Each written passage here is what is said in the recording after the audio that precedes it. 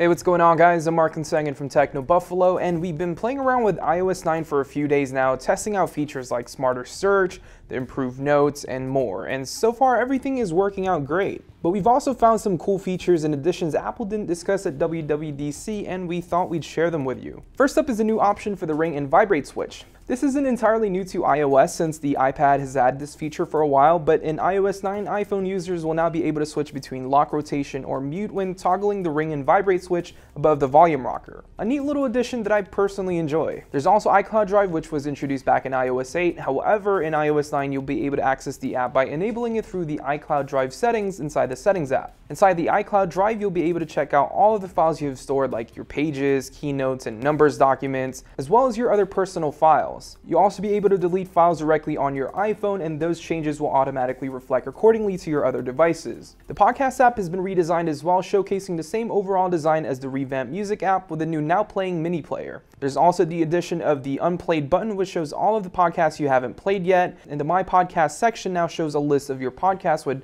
information instead of the usual thumbnail artwork. Next up is the ability to toggle the flash on and off while recording a video. Previously in iOS 8, you were only allowed to toggle the flash on and off before starting a video, but in iOS 9, you can do so whenever you want. In the notification center, there's a new widget for battery, which can show you how much battery is left on your iOS device and your Apple Watch.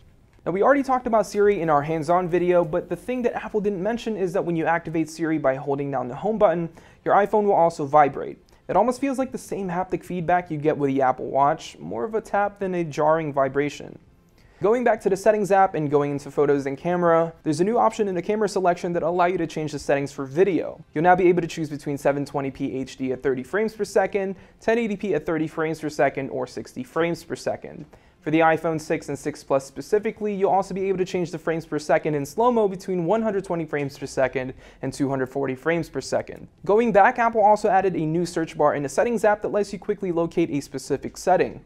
Not a huge feature, but definitely handy when you need to access a specific setting right away. A new feature specifically for the iPhone 6, the Messages app now displays photos with contacts instead of just a name. Previously, photos for contacts were limited to the iPhone 6 Plus, and when I actually switched from the bigger iPhone, this was one of the features that I really missed. Inside the Mail app, not much has changed here, but you can now add email attachments to Messages in the Mail app, which can source documents from iCloud Drive. A very useful feature that I'm sure a lot of people will start using. Now, since Apple changed its app switcher, removing quick contacts and replacing it with card-like elements, you'll be able to access your contacts by going to the Proactive menu by swiping to the most left of your home screen.